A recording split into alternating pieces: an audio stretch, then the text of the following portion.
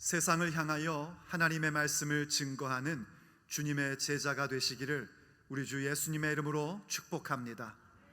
주님의 말씀의 성취를 목격하며 어떠한 상황 가운데에서도 생명의 길을 걸어가는 그 대범함이 우리의 인생의 여정이 될 줄로 믿습니다. 예수님께서 제자들을 부르실 때에 종종 나를 따르라 하고 부르시곤 하셨습니다.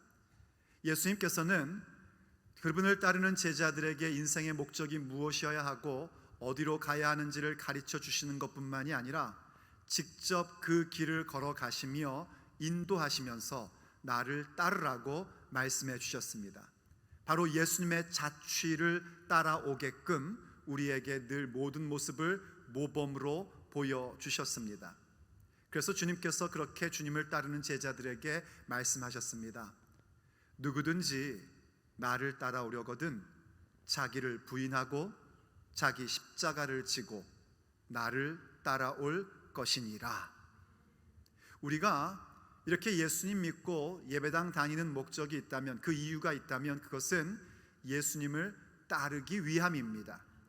예수님을 따른다는 것은요, 물론 내가 원하는 계획과 생각, 내 꿈이나 야망을 성취하는 것이 아닙니다. 오히려 그 모든 것들을 부인하는 것입니다. 그리고 그것을 부인할 때에 나타나고 있는 여러 가지의 상황들을 나의 십자가로 짊어지고 예수님을 따르는 것입니다. 그렇기 때문에 우린 예수님을 기꺼이 따르는 자가 되어야 되고 예수님의 자취가 무엇인지를 볼 줄 알아야 합니다. 예수님을 따른다는 것, 예수님의 자취를 따라간다는 것에 대한 최종 결론, 그 목적은 무엇이냐면 영원한 영광 가운데 들어가는 것입니다. 영원한 영광, 우리 주님 다시 오시는 그날, 우리 주님 곧 다시 오십니다. 주님 다시 오시는 그날, 그 영원한 영광 가운데 들어가는 것이 예수님을 따르는 최종 목적이고 결론입니다. 그리고 예수님을 그렇게 따라가는 삶이라는 것은 무엇인가? 바로 그러한 영원한 때를 위해서, 영원의 때를 위하여 육체의 날들 가운데 예수님의 자취를 배워가며 그 길을 밟아가는 것입니다. 그것이 예수님을 믿는 것입니다. 구원받은 자라면, 예수님을 영접한 사람이라면 마땅히 예수님께서 남기신 자취를 따라가야 합니다. 요한복음은 우리에게 그것이 무엇인지를 가르쳐주고 있습니다. 특별히 지금 우리가 함께 보고 있는 18장과 또 계속해서 볼 19장은 예수님께서 가르쳐주신 내용뿐만이 아니라 예수님께서 그 모든 일들을 이루기 위하여 어떻게 그 자취를 남기셨는지를 우리에게 보여주고 있습니다. 그것은 한마디로 말하자면 아버지께서 주신 잔을 마시는 발걸음이셨습니다. 예수님께서는 아버지께서 주신 잔, 바로 주님께서 이 땅에 오신 사명, 소명, 그것을 이루시는 자취였습니다. 그리고 그것은 우리도 따라야 할 길입니다. 혹시 여러분 예수님이니까 뭐 그렇게 쉽게 다 하셨겠지 라고 생각하신다면 그건 오해입니다. 예수님 역시 육체 가운데 계시며 아버지께서 주신 잔을 마시는 것은 쉬운 일이 아니었습니다. 그렇기 때문에 예수님께서는 기도의 자리를 찾으셨고 그 밤에 땀을 흘리며 기도하셨습니다. 저도 기도하는 사람이지만 알지만은요, 땀을 흘리며 기도한다는 것은 그냥 이렇게 주여 이러는 걸로는 땀 안 납니다. 정말 온 힘을 다하여 부르짖으며 통곡하며 나아가야 땀이 나는 법입니다. 얼마나 주님께서 통곡하며 간절히 기도하셨는지 그 땀방울이 떨어지는데 핏방울 같았더라고 우리에게 증언해 줍니다. 그렇게 기도하시면서 주님은 무엇을 선택하셨는가? 소명의 길을 선택하신 겁니다. 아버지께서 주신 잔을 마시기로 결정하시고 분명히 자기를 잡으러 온 사람들을 넉넉히 이길 수 있는 힘과 권위가 있는 분임에도 불구하고 기꺼이 자신을 내어주시고 잡혀주십니다. 그것은 바로 생명을 살리기 위한 희생제물 되시고자 하는, 그야말로 하나님의 말씀을 전부 다 성취하시는 주님의 자취였습니다. 그것이 우리가 따라가야 할 길입니다. 우리도 역시 열심히 기도하는 가운데 하나님이 주신 소명의 길을 선택하고 그 가운데에 주님께서 맡기신 잔을 기꺼이 마시며 나아가는 자들이 될 수 있어야 합니다. 바로 그러한 대목 가운데 오늘 본문은 우리에게 무엇을 가르쳐 주냐면 예수님의 그 모습과 베드로의 모습을 교차하여 보여주면서 우리가 또 따라야 할 예수님의 자취, 그 길이 무엇인지를 가르쳐 주고 있습니다. 특별히 오늘 본문에서 우리에게 가르쳐 주시는 것은 무엇이냐면 우리가 하나님의 말씀을 전해야 하는 사람들이라는 사실입니다. 내가 세상에 말하였노라. 예수님께서 그 길을 가시며 보여주신 또 하나의 걸음입니다. 그래서 우리도 마지막 날에 그렇게 말할 수 있어야 됩니다. 내가 하나님의 말씀을 말했습니다. 우리가 따라야 할 자취인 것입니다. 여러분께 좀 묻고 싶습니다. 그동안 말씀을 들어오며 교회를 다니면서 정말 예수님의 길을 따르기를 원하십니까? 아멘으로 못하겠으면 속으로라도 대답을 해보십시오. 주님께서 주신 그 소명의 길, 아버지의 잔을 마시는 그 길을 가시렵니까? 하나님의 일을 생각하고 내 자신을 내어주면서까지도 생명을 살리는 일에 여러분의 삶을 걸고 싶으십니까? 만약 여러분이 이 질문에 아멘으로 응답하셨다면 이제 여러분들은 기억하셔야 됩니다. 그렇기 때문에 주께서 우리를 보내신 자리에서 우리는 하나님의 말씀을 증거해야 합니다. 그럴 때 과연 우리는 어떻게 하나님의 말씀을 증거할 수 있겠습니까? 오늘 주님의 모습과 베드로의 모습 가운데서 우리가 함께 살펴볼 수 있는 주님의 메시지입니다. 나는 세상에 말하였노라.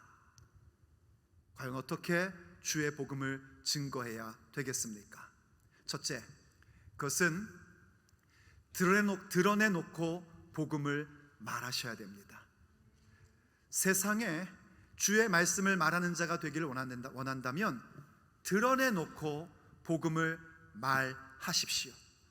분명하게 명백하게 그 말씀을 증거하는 자들이 되셔야 합니다. 오늘 본문 가운데 돌아가 보면은요, 우리가 이런 말씀을 볼 수 있습니다. 19절을 먼저 보십시오. 대제사장이 예수님에게 그의 제자들과 그의 교훈에 대하여 물으니 하고 시작합니다. 먼저 이 부분을 좀 짚고 넘어가야 되겠습니다. 대제사장 안나스를 얘기하는 것인데 안나스가 지금 예수님께 신문을 하는 겁니다. 제자들이 얼마나 되고 예수님의 가르침이 무엇인지를 묻습니다. 아마도 예수님이 가르침이 무엇인지를 들은 후에 거기에서 뭔가 빌미를 잡아 예수님을 고소하려고 그렇게 의도한 것 같습니다. 그런데 여러분 아십니까? 지금 일어나고 있는 이 모든 일들은 부적절한 일들이었습니다. 불법적인 일들이었습니다. 왜냐하면 당시는요, 아무리 죄인을 잡아왔다 할지라도 그 죄인을 신문할 때에는 항상 낮 시간에 했기 때문입니다. 밤중에는 하지 않았었습니다. 더더군다나 유대인들은 죄인에게, 지금 뭔가 고소를 당한 사람에게 직접 먼저 무슨 죄 때문인지를 묻는 경우가 없습니다. 항상 증인들이 대동되기 마련입니다. 증인들의 증언을 먼저 듣고 나서 그 피고에게 죄를 묻고 변론의 기회를 주는 것이 유대인들의 재판 방식이었습니다. 더더군다나 지금 이 안나스는 사실은 그 당시 대제사장도 아닙니다. 이미 은퇴한 대제사장입니다. 이러한 모든 일들이 불법적으로 부적절하게 한밤중에 일어나고 있었던 겁니다. 어떻게 일어난 거냐면요, 비밀스럽게 은밀하게 이런 일들이 벌어지고 있었습니다. 바로 그런 일들 가운데 주님께서는 어떻게 행하셨고 어떻게 말씀하시는가? 그 다음 20절에서 이렇게 말씀해 주고 있습니다. 20절을 보십시오. 예수님께서 대답하시되 내가 드러내놓고 세상에 말하였노라. 예수님은 지금까지 모든 것을 드러내놓고 말씀하셨습니다. 모든 유대인들이 모이는 회당과 성전에서 항상 가르쳤고 은밀하게는 아무것도 말하지 아니하였거늘 어찌하여 내게 묻느냐? 내가 무슨 말을 하였는지 들은 자에게 물어보라. 그들이 내가 하던 말을 아느니라 하고 말씀하십니다. 예수님께서는요 한 번도 은밀하게 말씀하지 않으셨습니다. 항상 하나님의 말씀을 증거할 때 드러내놓고 말씀하셨습니다. 이때 드러내놓고라는 말은 다른 말로 하면은 공개적으로 혹은 명백하게, 분명하게 라고도 해석할 수 있는 단어입니다. 예수님은 항상 하나님의 말씀을 증거하실 때에 공개적으로, 명백하게, 분명하게 말씀하셨습니다. 그러니 왜 나에게 묻느냐 하는 거예요. 바로 이 예수님 말씀은 사실은 두 가지 이중적 의미가 있는데요, 하나는 지금 이 재판의 형식을 띠고 있는 신문이 잘못되었음을 말씀하시는 겁니다. 나에게 먼저 물을 게 아니라 증인들을 데려오라 하시는 말씀이에요. 그들이 내 얘기를 들었으니까 그들에게 먼저 물어봐라. 그들이 내가 한 말을 알고 있다 하시는 말씀입니다. 근데 이 말씀은 동시에 어떤 의미를 갖고 있냐면 예수님의 제자들에게 하시는 의미이기도 한 것입니다. 예수님의 말씀을 들은 자들, 예수님의 말씀이 무엇인지 아는 자들, 믿는 자들에게 물어보려는 것입니다. 그들이 너희들에게 증언할 것이다 하고 말씀해주고 계신 거예요.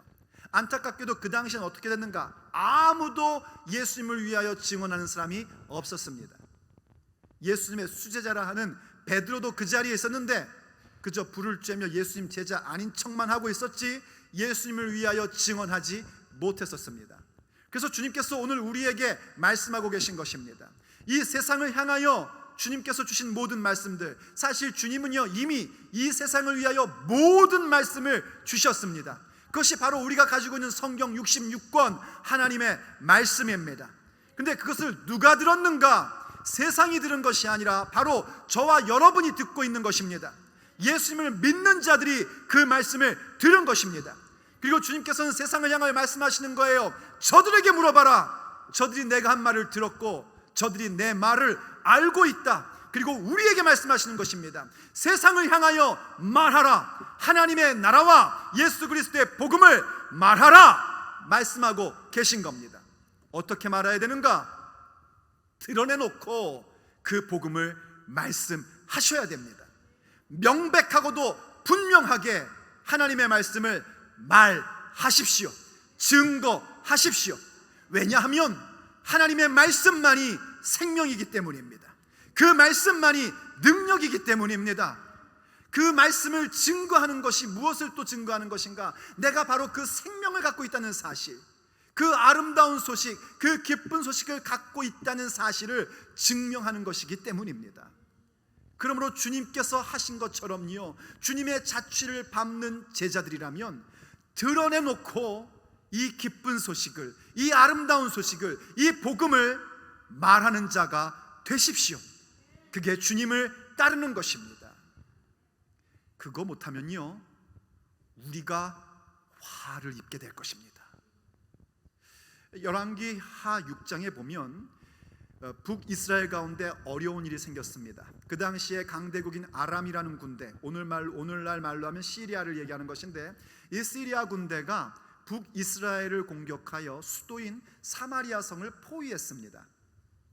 공성전으로 전략을 짠 게 아니라 포위를 해서 모든 보급로를 차단시켜버린 거예요. 사마리아 성 안에 난리가 난 겁니다. 그 수많은 사람들이 전부 다 굶어 죽게 된 거예요. 물가가 얼마나 올랐는지 지금 물가 오른 건 아무것도 아니에요. 정말 슈퍼 하이 인플레이션, 그야말로 물가가 어마어마하게 치솟은 겁니다. 그나마 살 것도 없는 겁니다. 그래서 어떤 일까지 벌어지냐면 엄마들이 모여가지고 자기 아이를 삶아 먹는 아주 처참한 일까지 생기게 된 겁니다. 왕이 그 이야기를 듣자 엘리사를 죽여버리겠다고 합니다. 엘리사가 기적을 보여주고 승리를 줄 때 막 내 아버지여 하던 사람이요 지금 어려움이 생기니까 또 엘리사를 죽이겠대요. 도대체 이 사람 뭐 하는 사람인지 모르겠어요. 근데 어쨌든 간에 엘리사가 이 모든 상황을 알고 하나님의 말씀을 전달해 줍니다. 그때 그 내용은 이겁니다. 내일 이맘때쯤이면 하고 설명하는 것이 짧게 얘기하면 모든 물가가 안정되고 모든 사람들이 좋은 곡식으로 밥을 먹을 수 있게 될 것이다 하고 예언을 해준 거예요. 사람의 관점으로 보면은요 도대체 일어날 수 없는 일입니다. 지금 당장 굶어 죽고 그 비참한 지경 가운데 있는데 어떻게 내일 그런 일이 벌어질 수 있겠습니까? 근데 그 일이 어떻게 벌어졌는지를 열왕기 하 7장이 우리에게 설명해 줍니다. 그 사마리아 성 밖에 나병 환자 4명이 살고 있었습니다. 그들은 어떻게 먹고 살고 있었냐면 그 성에서 던져주는 음식을 먹고 먹고 생명을 부지하던 사람이에요. 근데 성 안에서 그런 일이 벌어지고 있으니 이들이 얼마나 배가 고팠겠습니까? 그러다가 서로 얘기를 합니다. 야, 우리 이럴 게 아니라 아람 군대에 가서 항복하자. 그들이 우리를 불쌍히 여겨서 먹을 걸 주면 먹고 사는 것이고, 만약에 그들이 우리를 죽이면 그냥 죽자. 굶어 죽나 칼로 죽나 어차피 죽는 것 아니냐 하고 아람 군대 진영으로 갑니다. 그런데 그때에 하나님께서 하나님의 일하심을 나타내십니다. 어떤 일이 벌어졌냐면 해질 무렵인데 이제 아람 군대가 저녁밥 해먹으려고 다 밥을 앉혀놓고 그러고 있는데 갑자기 큰 군대의 발자국 소리와 전차의 소리가 들려오기 시작을 하는 겁니다. 그리고 겁이, 두려움이 그들을 엄습하기 시작하는데, 야, 이거 도망가야겠구나 하는 생각이 퍼뜩 난 거예요. 얼마나 급하게 도망갔는지 그냥 텐트 쳐놓은 거, 장막 쳐놓은 거 그대로 두고, 심지어는 말 타고 당나귀 타고 도망가면 더 빨리 도망갈 수 있는데 얼마나 두려웠는지요. 말도 나귀도 다 내버려 두고 그냥 몸만 빠져나간 겁니다. 음식도 막 요리하다가 그대로 냅두고요, 금은보화 전부 다 냅둔 거예요. 이 나병한 자가 아람 군대 진영에 딱 가보니까 정말 사람만 없는 겁니다. 음식이 보글보글 끓고 있고, 그래서 한 장막에 들어가서 음식을 실컷 먹고요, 그 장막에는 금과 은과 목 귀한 것들을 전부 다 가져다가 자신이 있는 자신의 자리들로 갖다가 숨겨놓고 또 온 거예요. 또 와가지고 다른 텐트에 가서 또 금은보화 모든 걸 막 걷어가지고 막 그냥 자기 있는 곳으로 가다가 갑자기 누가 먼저랄 것도 할 것 없이 서로에게 얘기를 합니다. 이렇게 하는 것은 옳지 않다. 오늘 아름다운 소식이 있는데 이것을 우리가 해 뜰 때까지 전하지 않으면 화가 우리에게 미칠 것이다. 그러고 말합니다. 가서 이 소식을 전하자 하고 그들이 가서 이 소식을 전했고, 이스라엘 가운데에는 하나님의 말씀의 성취의 목격이 이루어진 것입니다. 이것 좀 보십시오, 여러분. 아름다운 소식을 갖고 있는데 그냥 내가 혼자 가지고 있으면 그건 도리어 우리에게 화가 되는 것입니다.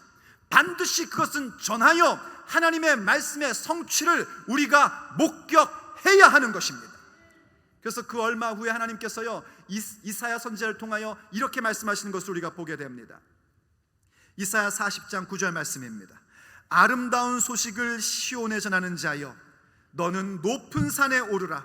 아름다운 소식을 예루살렘에 전하는 자여, 너는 힘써 소리를 높이라. 두려워하지 말고 소리를 높여 유다의 성읍들에게 이르기를 너희의 하나님을 보라 하라. 높은 산에 오르랍니다. 왜 높은 산에 오릅니까? 공개적으로 말하기 위함인 것입니다. 드러내놓고 하나님의 복음을, 이 아름다운 소식을 전하기 위한 것입니다. 왜 힘써 소리를 높이라고 합니까? 분명하고도 명백하게 증거하기 위함인 것입니다. 무엇을 증거합니까? 너희의 하나님을 보라. 다르게 번역하면 너희의 하나님이 여기 계시다. 이것을 증거하라는 것입니다.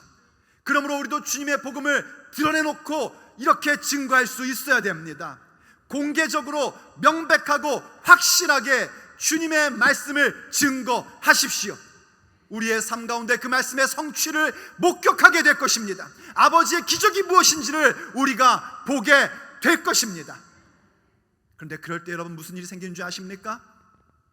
우리가 그렇게 드러내놓고 복음을 말하고 있을 때, 증거할 때요, 주께서 택하시고 그 복음을 받아들이는 자들은 회개하며 주께로 돌아오게 될 것입니다. 그러나 회개하지 않는 자들은 어떻게 하는가? 우리가 전하는 그 복음, 그 분명하고도 명백하게 전하는 하나님의 말씀이 싫어서 우리를 압제하기 시작할 겁니다. 우리를 미워할 겁니다. 우리를 억누를 것입니다. 그러므로 두 번째, 주님의 말씀을 증거하는 자가 되려면은요, 억압적 환경에서도 대범하셔야 됩니다.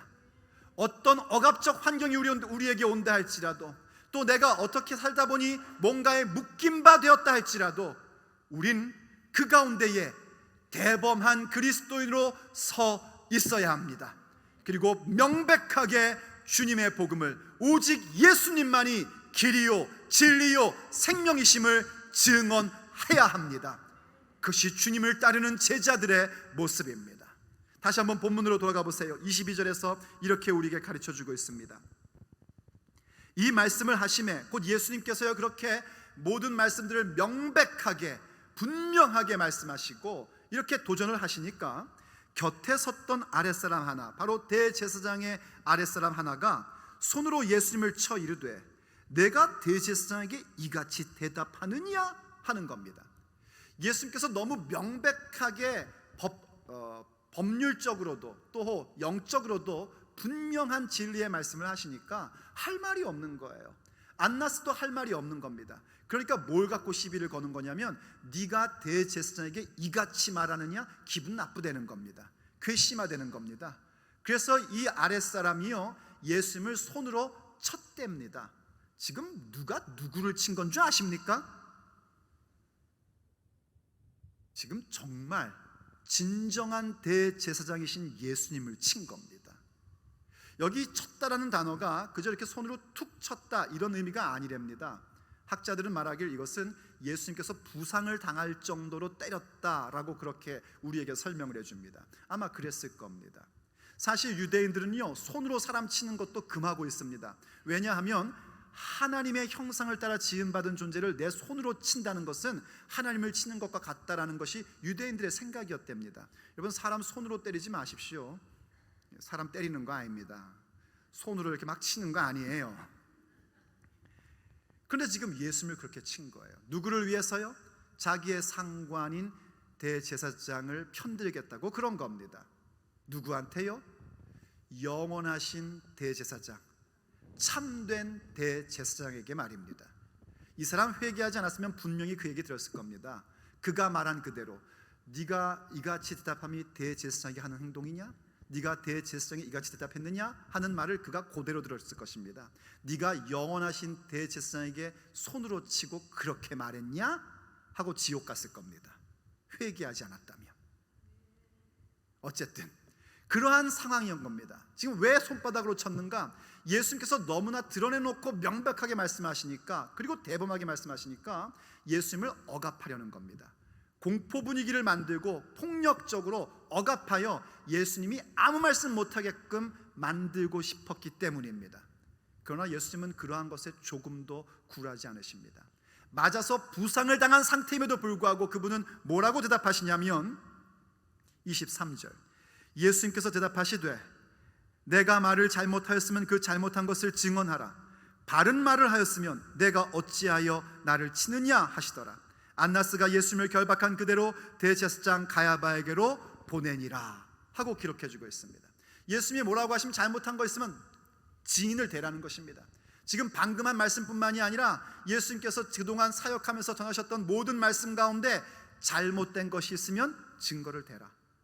잘못한 거 없다면 왜 때리냐 하시면서 조금도 위축당하지 아니하시고 오히려 당신의 가야 할 길을 대범하게 가십니다.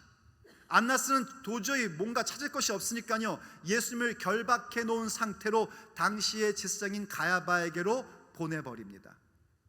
보십시오 여러분, 예수님 결박당하셨습니다. 매를 맞으시고 부상당하셨습니다. 그럼에도 불구하고 주님은 그 억압적 환경 속에서도 대범하게 아버지께서 가라 하시는 길을 걸어갔습니다. 그것이 바로 우리가 따라야 할 주님의 자취입니다. 우리도 복음을 증거하며 살다 보면은요 사람들에게 모욕적인 말을 들을 때 있습니다. 폭력적인 일들을 겪을 때가 있습니다. 말로써 폭력을 행하고 자기가 뭔가 좀 힘이 세다고 여러 가지 방법으로 우리에게 폭력을 행하여 우리를 위축시키려고 할 때가 있습니다. 그러나 그때 여러분 위축되지 마십시오. 오히려 대범하게 나아가십시오. 왜냐하면 우리에게는 생명이 있기 때문입니다. 우리에게는 영생이 있기 때문입니다. 우리에게는 말씀의 능력이 있기 때문인 것입니다. 그러니 위축될 것이 아니라 대범하게 계속하여 주의 말씀의 길로 나아가십시오. 바로 이렇게 예수님의 자취를 따랐던 사도 바울도요 얼마나 대범한 모습을 가지고 있었는지 사도행전을 보면 그게 나옵니다. 언젠가 사도 바울이 예루살렘에서 감옥에 2년 동안 갇혀 있었습니다. 사실 바울은 감옥에 갇힐 일이 없었음에도 불구하고 그 당시에 총독이었던 벨릭스라는 사람이 유대인들의 환심을 사기 위해서 바울을 2년 동안 옥에 계속 가둬놓은 겁니다. 그러다가 벨릭스가 총독의 시기가 끝나고 새로 베스도라는 총독이 왔습니다. 그러자 바울을 죽이려고 했던 대제사장들과 유대인들이 또다시 이 새로운 총독인 베스도에게 고소를 겁니다. 그래서 증거를 찾아내어 바울을 죽이려고 하는 거였습니다. 그래서 바울을 불러내서 그의 증언을 듣고 싶어 했습니다. 바울이 그 기회에 무엇을 했겠습니까? 당연히 하나님의 말씀을 명백하게 드러내놓고 그는 말했습니다. 복음이 무엇인지 자기가 경험한 예수 그리스도가 누구인지를 설명을 했습니다. 그러자 베스도가 뭐라는 줄 아십니까? 바울아, 너의 많은 지식이 너를 미치게 했구나 하고 얘기합니다. 다른 말로 하면 너 미쳤구나 이 얘기예요. 우리도 가끔 듣는 말 아닙니까? 환자네, 저 사람 환자. 아주 그냥 예수한테 미쳤구만. 저 사람 교회에 미쳤어. 이제 끝났어. 우리가 듣는 얘기 아닙니까? 그러자 바울이 분명히 얘기합니다. 내가 미친 것이 아니라 온전한 정신으로 말하는 것입니다 하고 거기에 함께 배석했던 아그리빠 왕에게 말합니다. 아그리빠 왕이요, 선지자를 믿으십니까? 믿는 줄로 압니다 하고 그에게 복음을 전해주려고 그렇게 말을 거니까요, 아그리빠가 얘기합니다. 야, 네가 적은 말로 나를 그리스도인 되게 하려는구나. 아이고, 너 지금 나 꼬셔가지고 교회 데려가려고 그러는 것이지 맨날 우리가 듣던 말 아닙니까? 근데 그때의 사도 바울이 이렇게 그들 앞에 고백을 합니다. 사도행전 26장 29절입니다. 바울이 이르되 말이 적으나 많으나 당신뿐만 아니라 오늘 내 말을 듣는 모든 사람도 다 이렇게 결박된 것 외에는 나와 같이 되기를 하나님께 원하나이다 하니라. 여러분, 지금 이 상황이 상상이 됩니까? 사도 바울이 그냥 끌려 나온 게 아니라 결박된 채 끌려 나온 겁니다. 거기에 누가 지금 있냐면 자기를 죽이겠다는 그 당시의 세력자들인 대제사장들과 유대인들이 배석해 있고 그 당시의 세계적 권세자들인 총독과 왕들이 앉아 있는 겁니다. 세계의 권위를 갖고 있는 모든 사람들, 그들이 지금 나에게 좋은 마음을 갖고 있는 것이 아니라 나를 죽이려고 하고 나는 결박된 상태예요. 그들이 나에게 말하기를 너 미친 것 아니냐고, 너 그 적은 말로 나를 교회 다니게 하려고 하는 거냐고, 나를 예수 믿게 하는 거냐고 그렇게 말하고 있는 겁니다. 그런데 그가 그들 앞에 보이는 모습은 대범함입니다. 당당함입니다. 이 결박된 것 외에는 모두 다, 내 말을 듣고 있는 당신들 모두 다 나와 같이 되기를 하나님께 기도하고 있습니다. 여러분, 살다 보면 듣는 얘기 아닙니까? 너 교회 다닌다며? 나 교회 다녀. 그런데 왜 지금 너 사업이 그렇게 어렵냐? 너 예수님 믿는다며? 예수님 믿어. 그런데 네 집 애들 왜 이렇게 속색이냐? 너 예수님, 하나님 전능하신 분이라며? 그분은 전능하신 분이야. 너 근데 왜 아프냐? 그때 여러분 위축되거나 낙심하지 마십시오. 그때 우리가 할 말은 이것입니다. 이것 외에는 너도 나와 같이 되기를 원한다. 왠지 아십니까? 우리가 만나고 있는 모든 어려움과 걱정과 근심과 그 모든 것들은요, 하나님의 손에 있기 때문입니다. 주께서 원하시면 지금 당장도 낫게 하실 수 있습니다. 주께서 만지시면 지금 당장도 모든 것이 회복될 수 있습니다. 그러나 지금 내가 결박당하고 있는 것은 주께서 뭔가 일하시고자 하는 것이 있기에 결박시켜 놓으신 것이기에, 내가 비록 결박당했다 할지라도 세상을 향하여 담대하게 말해야 됩니다. 이 결박당한 것 외에는 내가 전하는 예수 그리스도의 말씀을 듣는 너희들 모두가 나와 같이 되기를 원한다. 이것이 우리가 말할 수 있는 대범함인 것입니다. 왜냐하면 우리는 생명 갖고 있기 때문입니다. 우리는 알고 있기 때문입니다. 우리의 모든 주님을 따르는 그 길의 결론이 영원한 영광임을 알기 때문인 것입니다. 그러므로 억압적 환경에 있습니까? 뭔가에 묶인 것 같습니까? 대범하십시오. 당당하십시오. 담대하십시오. 그리고 드러내놓고 우리 주 예수 그리스도의 복음을 증언하십시오. 기적을 볼 것입니다. 주님의 일하심을 보게 될 것입니다. 목사님, 압니다. 내가 예수님 사랑하니까요, 그래도 예수님 따르기를 원하고 지금까지 예수님 따라왔고, 그래서 대범하게 결박당한 상황일지라도 뭔가에 묶인 것 같을지라도요, 제가 예수님 복음 전하고 싶고 드러내놓고 복음 말하고 싶어요. 그런데 힘드네요. 저도 압니다. 잘 안 되네요. 저도 잘 안 됩니다. 그래서 세 번째, 우리가 세상을 향하여 말하고자 한다면 반드시 아셔야 될 것이 있습니다. 성령의 능력을 의지하셔야 합니다. 성령의 능력을 의지하십시오. 오직 성령의 능력이 우리 가운데 임해야만 우린 결박당한 상황 가운데서도 억압적 환경 속에서도 대범하게 드러내놓고 명백히 주님의 말씀을 증언할 수 있습니다.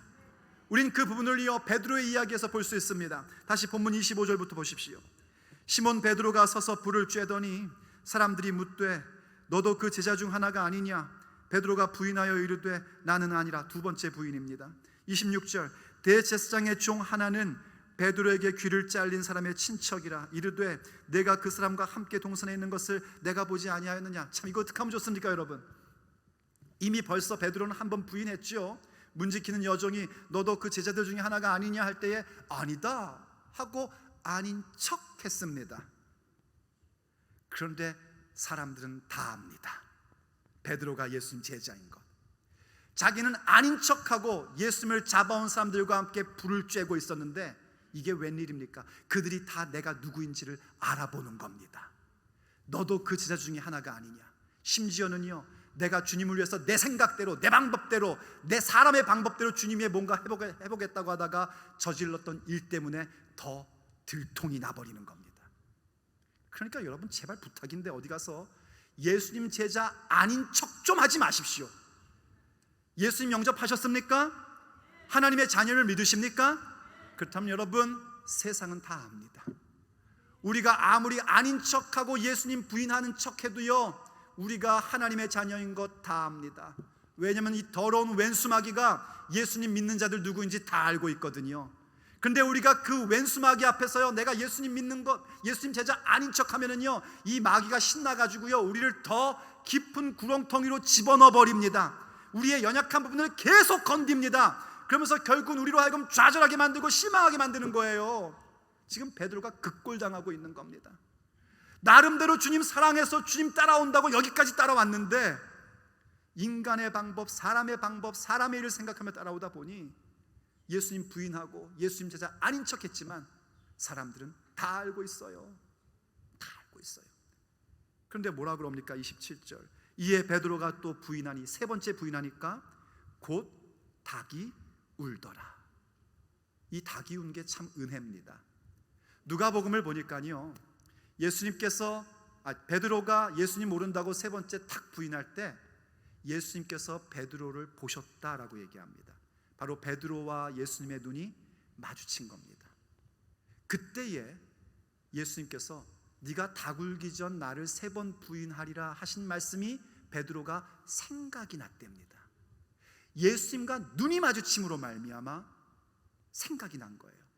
그래서 베드로가 두려워서 도망간 것이 아니라 밖에 나가 심히 통곡을 했답니다. 이 무슨 얘기냐면 예수님께서 그를 탁 보시는데 째려보셨으면 그런 일이 없었겠지요. 그를 안타까워하는 눈으로 보고 계신 겁니다.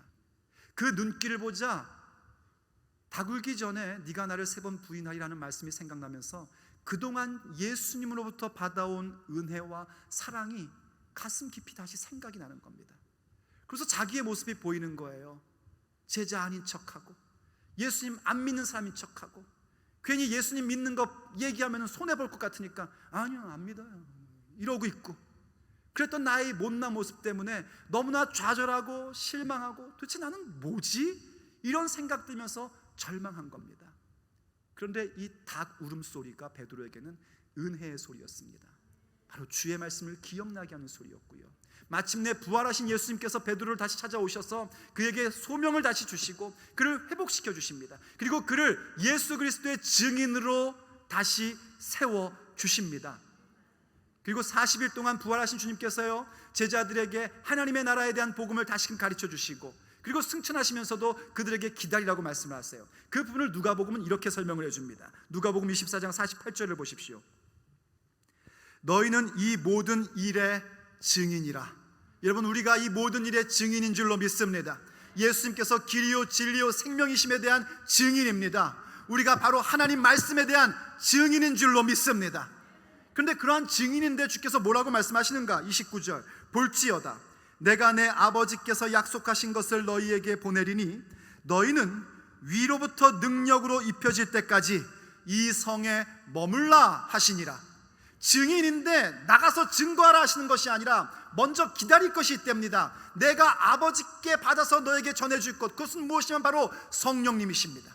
우리에게 성령을 보내주시기로 약속하셨거든요. 십자가와 부활과 승천을 통하여 예수 그리스도의 영광을 나타내 보여주시고 우리 가운데 성령님을 보내주십니다. 그때까지 기다리라는 겁니다. 왜냐하면 성령님이 임해야 권능을 받게 되고, 권능을 받아야 예수님의 증인으로 세워질 수 있기 때문인 것입니다. 그러므로 성령의 능력을 의지하셔야 됩니다. 과연 제자들은요, 열흘 동안 기다렸습니다. 예수님께서 승천하시고 열흘 동안 기다렸을 때에 마침내 오순절이 되니 위로부터 성령님이 임하시는데 각자의 머리 가운데 불같은 역사가 일어나고 그들은 정말 성령 충만한 가운데에 예수님의 증인이 되었습니다. 베드로도 그렇게 예수님의 복음을 증거한 거예요. 완전히 변화된 겁니다. 부인하던 베드로가요, 예수님의 복음을 위해서 자기의 생명을 내거는 자가 되었습니다. 한 번은요, 나면서부터 걷지 못한 사람을 일으켜 세운 것 때문에 복음을 증거하다가 잡히게 되었습니다. 이 제사장들이, 대제사장들이요, 베드로와 요한이 거침없이 말하는 것을 보고 깜짝 놀랐어요. 그래서 도저히 다른 방법이 없으니까 그들을 위협하며 얘기했습니다. 다시는 예수님의 이름으로 말하지도 말고 가르치지도 말라. 그러자 베드로와 요한이 뭐라고 답변한지 여러분 아십니까? 하나님의 말씀을 듣는 것과 사람의 말을 듣는 것 가운데 무엇이 더 옳은 것인지 너희들이 판단하라. 우리는 보고 들은 것을 말하지 않을 수 없노라. 대범한 것입니다. 자기의 목숨을 끊어갈 수 있고 뺏어갈 수 있는 그런 대제사장들 앞에서도 그들은 대범하게 그 모든 일들을 할 수 있었습니다. 왜냐하면 성령으로 충만했기 때문입니다. 근데 이것 좀 보십시오. 베드로와 요한이요, 이렇게 한번 담대하게 대범하게 이렇게 복음을 증거하고 선포하고서 끝나지 않았습니다. 그 다음 그들이 어떻게 했는지가 참 중요합니다. 그들은 이 모습을 가지고, 이 이야기를 가지고 자기의 동료들에게 찾아갑니다. 다른 말로 하면 교회로 찾아온 겁니다. 믿음의 형제자매를 찾아온 거예요. 그래서 지금 이 대제사장의 위협들을 교회 가족들과 함께 나눈 겁니다. 그리고 나서 무엇을 하냐면 그들이 한 마음으로 주 앞에 기도합니다. 하나님의 말씀을 기억하고 지금 우리가 만나고 있는 위협과 박해를 좀 굽어 살펴달라고 하면서 그들이 구한 내용의 핵심은 뭐냐면 우리가 예수 그리스도의 이름으로 나갈 테니 하나님의 말씀을 증언할 수 있게 달라고 하나님 앞에 간구하고 기도합니다. 그러자 하나님께서 응답하십니다. 그들이 모인 곳이 막 진동이 일어나기 시작하고 각 사람이 다시 성령으로 충만함을 입기 시작합니다. 그래서 어떻게 됐냐면요, 그들이 그 성령 충만한 가운데 밖으로 나가서 하나님의 말씀을 담대히 증언했습니다. 그게 우리에게도 필요하단 말입니다. 성령의 능력을 경험해야만 우리는 어떤 상황 가운데서도, 어떤 위협 속에서도, 어떤 억압적 환경 속에서도 대범하게 주의 복음을 증거할 수 있는 것입니다. 성령님이 임해야 우린 공개적으로 명백하게 분명히 하나님의 말씀을 증언할 수 있는 것입니다. 그래서 성령 충만을 구해야 되는 겁니다. 성령의 충만함으로 말미암아 우리가 대범한 심령이 되고 그 대범함을 가지고 분명하고도 명백하게 예수님만이 길이요 진리요 생명이심을 증거해야 합니다. 그것이 바로 주님께서 아버지께서 주신 잔을 마시며 남기신 자취였고 오늘 우리가 주님 오시는 그날까지 따라야 할 길인 것입니다. 그러므로 오늘도 주님 앞에 찬미하면서 나가기를 원합니다. 주님 다시 오실 때까지 예수님께서 남겨놓으신 그 자취를 밟으며 나아가기를 원합니다. 주께서 하셨던 것처럼 세상에게 드러내놓고 명백하게 분명하게 말하기를 원합니다. 내 형편과 사정이 뭔가에 묶인 것 같고 억압당하는 것 같고 그렇다 할지라도 내가 담대히 말하는 자가 되기를 원합니다. 그러니 주님 내게 성령의 충만을 주시고 성령의 능력으로 나아가게 해주십시오. 성령의 능력을 의지하는 자가 되게 하여 주옵소서. 우리 그런 마음을 가지고 주 앞에 찬미하며 나가기를 원합니다.